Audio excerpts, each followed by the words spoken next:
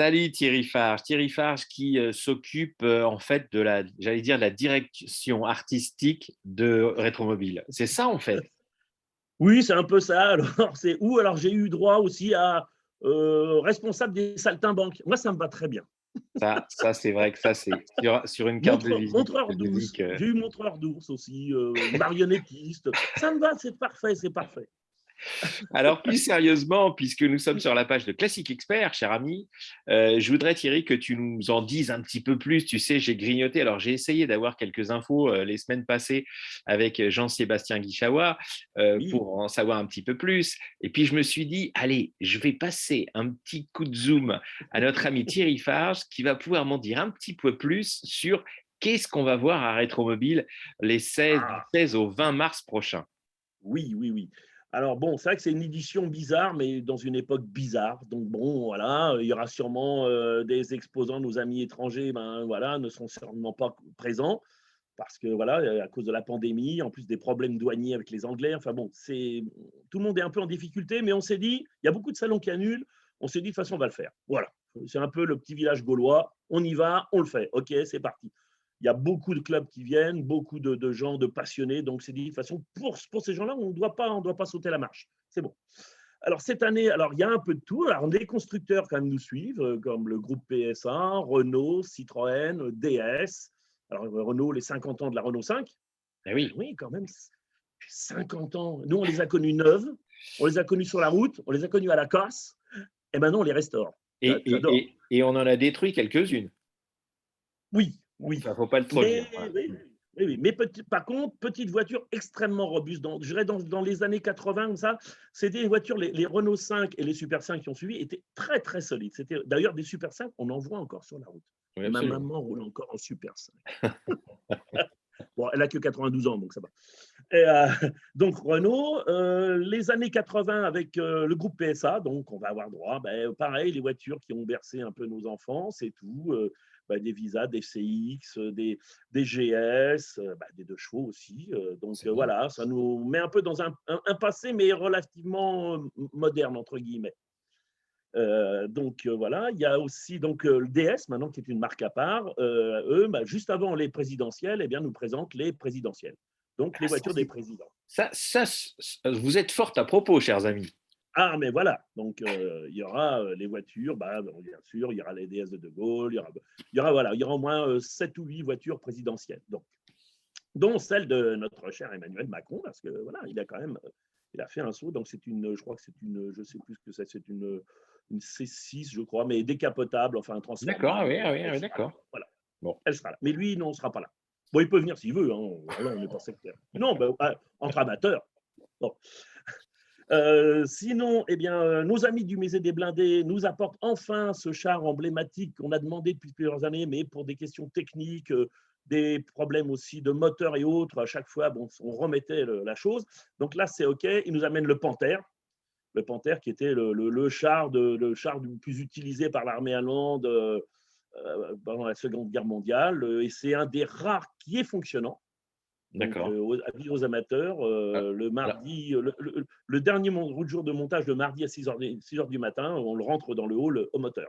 Bon, bah, il y ça a va être toujours un peu de impressionnant. monde. Il y a toujours un peu de monde Je pour veux voir bien ça. le croire. Alors, justement, tiens, je voudrais pas te poser une colle, mais qu'est-ce qu'il y avait comme moteur justement dedans? Alors, c'est un V12 Maybach de 700 D'accord. chevaux. D'accord, ok. Très beau moteur, hein, très très beau moteur, Ok. mais hélas, il était fait pour tracter à peu près entre 25 et 30 tonnes. Là, il y en a 45, donc c'était un moteur qui était toujours en sur-régime, en surchauffe, et il y a eu énormément de casse moteur, hein. Ça, D'accord, ok. et puis bon, le gros souci, c'est voilà, c'est une technologie qui demandait beaucoup d'ingénierie, de monde, de matières premières. Il y en a eu construit un peu moins de 6 000, contre, par exemple, les T-34 de l'armée rouge, ils étaient 60 000. Donc bon, il y a Oui, une petite forcément. Ouais. différence. Ouais. D'accord, les chars russes étaient fabriqués avec 2 plaques de tôle et avec des bouts de bois, mais il y en avait 60 000. Donc là, voilà, c'est tout. Ouais. Bon, Ça l'histoire aide. après a suivi. Ouais. Et il nous met en démonstration dynamique un char, un AMX-10 amphibie. Bon, on ne pourra pas lutter sur la scène, mais voilà, mais un char moderne, bon, des années 80, mais avec un beau V8 Hispano-Suiza. Donc voilà, avec une mécanique quand même qui nous parle, quoi. Prestigieuse, On veut absolument. gagner. Voilà. Absolument. Donc il y a ça. Alors donc si on fait une exposition Gordini, Amédée Gordini, que tu connais, que quelque part tout le monde connaît. Mais quand on parle de l'histoire en détail, il y a des tas de gens, ils se sont arrêtés à l'ère 8 de Gordini. Et non. Et Ouais. on oublie complètement qu'Amédée Gordini est né avant 1900, 1898. Il est né en même temps que l'automobile, le gars. C'est fou. C'est fantastique quand même. Mm, mm, mm. Et il a commencé en 37 et tout s'est arrêté en 74 avec la Renault 12. Et de 37 dans les années 50, il fabriquait le moteur, le châssis, la carrosserie, c'était les Gordini, 100% Gordini.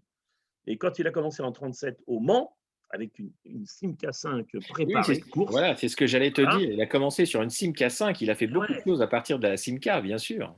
Et oui, oui, oui. Et en 37, il est arrivé en pré-gris avec déjà des gros constructeurs, des Mercedes, des Jaguars, Ouais, enfin, ouais, voilà, il n'y en avait des pas. grosses autos, des Talbot, des Bugatti et autres monstres de course avec des cylindrées monstrueuses. Lui, il arrive avec sa crécelle, hein, et c'est combien, je ne sais plus, 650 cm3 avec un élan de permet. 750.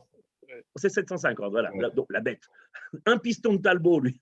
Alors tout le monde a rigolé, mais quand il a gagné, alors tout le monde a rigolé. Alors j'ai des rapports de course et c'est étonnant. Ils se sont dit, bon, celui-là, en une demi-heure, il est plié, hein, le Amédée, là, avec sa crécelle.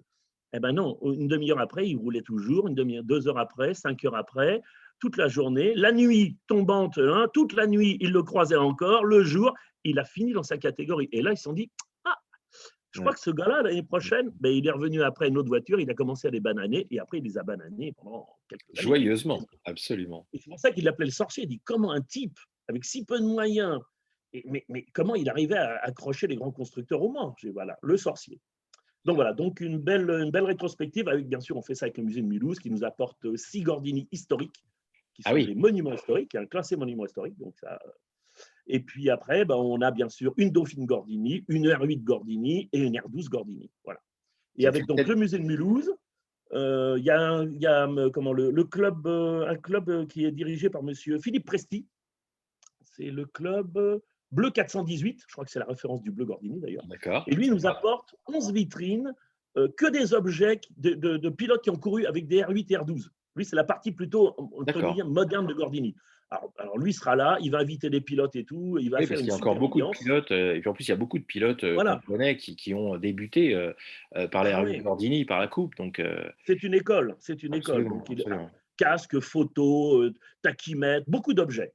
Et à côté, il y a aussi une expo photo Gordini. Et là, c'est un grand photographe, ça y est, moi, c'est la mémoire à mon âge. Passé 60 ans, on oublie les trucs. Comment il s'appelle? Ah, zut! Un grand photographe. les grands En tout photographes, cas, il y en a voilà. pas mal. Oui, Comment? mais c'est un grand photographe. Qui Et était dans le sport auto? sport, mais pas forcément que sport auto. Bon, ben voilà, je suis Un désolé. Zurini, peut-être, non? Ah non, non, non, Ah, non, mais non, ça non, aurait pu. non, non. Donc, bon, bref, ça me sort de l'esprit. Zut. En tout cas, c'est sa fille qui m'a contacté. Et donc, elle va faire une belle présentation d'une quinzaine de photos de très, très beaux tirages de son père, bien sûr, que sur Gordini, donc R12, R8. Donc voilà, il y aura une partie musée, une partie automobilia et une partie art, photo. Donc, ça va être vraiment une très, très belle expo. Ça va être très bien. Donc, alors je fais revenir, je me dis toujours, je ne fais jamais revenir 2 fois les objets, mais là, il y a 11 ans, j'avais fait venir le Fardier de Cugnot, la réplique, bien sûr, fonctionnante, et de mon copain Alain Cerf qui vit aux États-Unis. Donc, j'allais pas. Bon, c'est il y a 11 ans. Donc, il y a une génération qui a sauté, et puis ça a tellement plu. Et puis, à l'époque, on n'avait pas tout ce système de communication. Donc, ça avait été un petit peu fait, un peu comme on dit, à l'arrache, entre guillemets. Et donc, cette année, donc, je fais revenir la réplique du Fardier de Cugnot, donc, qui a été faite par la mairie de Voie-Vacon, là où est né Cugnot, avec le parrainage du Conservatoire des Arts et Métiers, de l'École des ingénieurs des Arts et Métiers. Donc voilà, là vraiment, c'est une belle histoire. Et donc, tous les après-midi, on le sortira sur le parking. Il fonctionnera pendant au moins 2 heures. Et d'ailleurs, sur le stand, les ingénieurs des Arts et Métiers vont faire pratiquement tous les jours, il y aura 10 minutes, un quart d'heure, d'une petite pièce, alors tous habillés à l'époque. Hein, donc, il y aura Cugnot, il y aura Griboval, et il y aura la présentation de Cugnot au public, et donc parrainé par le général en chef d'artillerie royale, Griboval. Donc, Cugnot et Griboval seront là. Alors là, Louis XV, non. Là, vous faites les choses en grand. Louis XV ne sera pas là, il m'a dit, je suis occupé, je suis désolé, j'ai du boulot avec Emmanuel Macron. Donc bon. Il était en train de tordre les pieds des chaises, tu sais. Voilà. Ah oui, c'est ça. Ah oui, c'est du boulot. Hein. Donc voilà. Il y aura donc, qui est-ce que j'oublie donc, il y aura bien sûr nos amis du Vintage Revival, cette fabuleuse qu'est-ce que j'ai, animation, non, manifestation à Montlhéry tous les 2 ans. Donc là, lui, ce sera du 7 au 8 mai 2022. Et Absolument. donc, nous parrainons toujours cette manifestation qui est la plus belle manifestation de voitures d'avant, moto, vélo, voiture, tout ce qui est avant-guerre. Et en plus, la petite équipe, ils sont, alors là, je leur dois tout parce qu'ils font ça avec que le cœur. Que le cœur, c'est vraiment Ah ça. ben, que le cœur, ouais, ouais. C'est vraiment ça. On a eu Et la donc, chance d'interviewer sur cette vidéo, on a eu la chance d'interviewer ouais. notre ami Fro, Ah oui, l'anglais de la bande, si l'on peut dire. ah ben oui. Ah oui. Et on compte bien, d'ici le mois de mai, avoir Vincent Chamon sur cette page pour qu'il nous raconte un petit peu déjà comment est-ce Ah oui. qu'il a commencé et puis où est-ce qu'il nous emmène. Et là encore, il va nous emmener cette année avec des véhicules improbables. Alors, qu'est-ce qu'ils vont nous montrer sur, Ah ben, sur le stand de Rétromobile Vintage Revival Montlhéry? alors, sur le vintage, comme dit toujours, que des trucs, mais heureusement qu'il y en a eu très peu de fabriqués quand on les voit. Voilà à quoi on a échappé. J'ai un jour, il faudrait faire une émission, voilà à quoi on a échappé. Oh, Je c'est dis, beau oui, ça. c'est très rare, c'est unique au monde. Je dis, bah, tant mieux quand on voit le truc. Non, mais c'est génial, c'est des trucs improbables. On se demande même comment ça peut être construit, ou le type était pas dans un état normal, ou il était sous Ah, c'est l'alcool, sympa ça. ou sous acide, je sais pas. Ouais. Mais non, que des trucs extraordinaires. Il y en aura, il y en aura une bonne quinzaine. Non, ça va D'accord, être super. super. Une ambiance, voilà, fabuleuse. Comme au Donc ça, VRM, c'est en fait, hein, ça sera une voilà, reproduction de c'est exactement l'état ça. d'esprit Oui, du oui. VRM. Ouais. Super. Alors donc oui, le photographe. J'ai quelque chose qui apparaît sur l'écran. Ah, Voilà. peut-être que tu as réussi à retrouver le nom du photographe Oui, entre-temps. c'est Monsieur Paris. Voilà, Monsieur Paris. Et vous regardez, vous mettez photographe Paris automobile, vous tombez sur ce site. Et bon, c'est un photographe qui nous a quittés il y a quelques années, mais D'accord. il a des photos inédites. Même Christian Huette m'a dit, c'est du merveilleux. Ah, Donc, super. quand Christian Huette dit ça, À eh propos de bien, bien Gandhi, sûr, oui, c'est vrai qu'on peut lui faire oui, confiance. bah ouais, et puis de toute façon, quelque part, excuse-moi Christian, mais non, je t'ai pas oublié, bien sûr, cette exposition ne s'est faite que grâce à Christian et au musée de Mulhouse. Hein. Ça a été les deux, voilà, le plus et le moins pour allumer la machine. Hein. C'est C'est Christian génial. et le musée de Mulhouse. Oui, c'est C'est un type génial. absolument fantastique. Bon, d'ailleurs, une de ses autos sera à vendre sur le stand d'Arcurial parce que bon, D'accord. il m'a Oui, dit, parce que justement, parlons-en, la vente de oui, Mathieu Lamour et toute son équipe sera bien présente parce qu'ils ah nous oui, ont oui, oui, suivis oui, oui, également. grosse Ils vente, ont une très une belle grosse vente vente avec. avec. Et je crois que Je suis. Jean-Sébastien m'a dit qu'il y avait une chose très particulière, c'est que cette fois-ci, on pourrait circuler entre les voitures et qu'il y aurait la possibilité de vraiment les voir, Oui, pour le coup, sans être voilà, c'est ça. forcément. Ils nous font un cadeau là. Voilà, Ils nous font un super. beau cadeau, c'est vrai. Et donc voilà, Christian Huette met une de ses voitures, enfin sa voiture, celle qui a couru avec, enfin pilotée par Fangio. Il m'a dit voilà, j'ai longtemps roulé avec, je l'ai restaurée. Enfin, il l'a restaurée, il l'a remis en état sans la restaurer, il l'a pas démontée, elle est vraiment d'origine quoi. Et il me dit bah voilà, à mon âge, je roulerai plus avec. Bon, ses enfants, sa famille, bon bah voilà, Ouais. c'est pas quelque chose qui les passionne. Donc c'est bien, elle va joindre une autre collection. Bon, j'espère qu'elle restera en France. Ou peut-être que l'État français peut peut-être enchérir dessus, parce que voilà, Qui je la sait? verrais bien à Mulhouse. Ouais, une Hein. petite Surtout qu'elle préemption est en là, dans état de ces marche. cas-là. Ouais, ça serait pas mal. Bon, Alors, quoi d'autre? Quoi d'autre? Raconte-nous. alors sinon, ah oui, alors donc, ah oui, non, j'ai parlé, mais non, c'est après, bien sûr, il y a tous les clubs. Tous les Tu as clubs oublié seront quelque présents. chose. Mais je sais que tu as oublié quelque chose. Ah, mais j'espère bien d'avoir oublié quelque chose. C'est de mon âge Un d'oublier. petit véhicule de chez Bertin. Ah, le Tridim. Eh ben alors, tu Ah, veux pas en parler? mais si, non, je n'en ai pas parlé là, à l'instant. Non, tu m'en as pas parlé du Tridim. Ah, bah, Je mince t'écoute. alors. J'ai des trous dans le cigare, c'est normal, ça vient, c'est l'âge. En plus, c'est mon association, j'oublie mon C'est pour association, c'est ça que normal. je te dis ça. Bon, voilà, si Voilà, tu veux. oui, oui, mais donc alors le Tridim, en fin de compte, c'est un prototype de métro construit dans les années 70 pour répondre un peu au manque de circulation. Enfin, il ne faut pas oublier qu'à Paris, dans les années 70, il y avait les métros parisiens avec les plateformes, les TN4, TN6 qui datent des années 30. Il y avait les rames de métro, les Sprague, qui datent aussi des années peut-être même 20. Il y avait encore ça. Et donc, Jean Bertin, qui était quand même un homme beaucoup plus moderne que les modernes, dit bon, il va falloir faire quelque chose. La circulation à Paris était dense et tout, donc il va falloir créer un nouveau métro, plus petit, plus rapide, plus véloce, avec un coût, mais alors moindre, parce que chez Bertin, c'était efficacité, rentabilité et simplicité. Voilà, c'était son credo. Donc voilà, il a construit un prototype de métro sur coussin d'air pour pas qu'il y ait de problème de voie, d'utilisation d'usure de voie, d'entretien. Donc sur coussin d'air, petite machine, on verra le prototype, mais normalement, c'était des wagons, on pouvait mettre 20, 30, 40 personnes, pas plus, deux machines, deux, trois machines, comme des tramways un petit peu. Mhm. Et donc en matériaux composites et aluminium, pour l'époque, c'était très moderne. Et donc le prototype a fonctionné pendant plusieurs années au centre d'essai de la Grenardière, centre d'essai de l'EDF. Ça a fonctionné. Bon, et hélas, Pompidou est mort beaucoup trop tôt. Giscard d'Estaing, voilà, tous les projets de Pompidou, il les a mis à la trappe, comme beaucoup de présidents font après leurs prédécesseurs. Jean Bertin s'en est parmi, mais nous avons restauré la carcasse qu'on a retrouvée il y a quelques années. On l'a entièrement restaurée. Je crois, samedi prochain, d'ailleurs, on finit de serrer les derniers boulons avec mes camarades.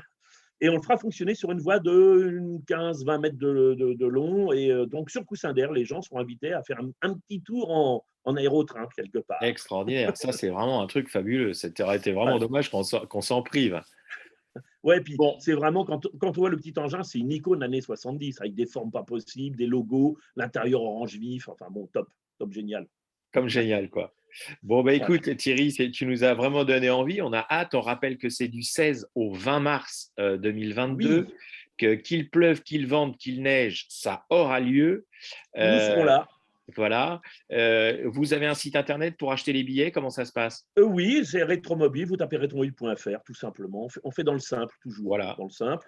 Et puis, alors bien sûr, attention, 7-2, 7-3, changement de hall, puisque nous, on a rebasculé au mois de mars, et hélas, au mois de mars, les halls prévus n'étaient pas libres. Donc, de toute façon, dans 7-2, 7-3, on a dû organiser Rétromobile sur plusieurs années déjà. Donc, c'est Oui, quelque il me chose qui semble. fonctionne. Voilà. Mm. Donc, Bon. pas de souci de ce côté-là. Bon. Donc, il n'y a plus qu'à. Mais j'espère vous voir, mon cher Igor. Comptez sur moi, y a peu de doute que je ne vienne pas vous pour voir, notamment pour voir cette superbe expo Gordini et puis voir Ah ce oui, oui, oui. Tridim là, qui est quand même un véhicule totalement improbable. Donc, va vite resserrer les boulons, surtout si tu veux que je monte avec toi dedans. En tout On y cas, retourne samedi. oui, en tout cas, un grand, grand merci à toi. Je vous souhaite plein de courage et parce que c'est toujours une période qui est quand même extrêmement compliquée et ça demande beaucoup, beaucoup de travail à Ouais. être en ville. Donc, on vous souhaite plein de courage et puis bah, on a hâte de participer à cette grande fête, évidemment. En tout cas, un grand merci à toi, Thierry, et puis je te dis à très vite. Merci, Igor. À bientôt. Salut.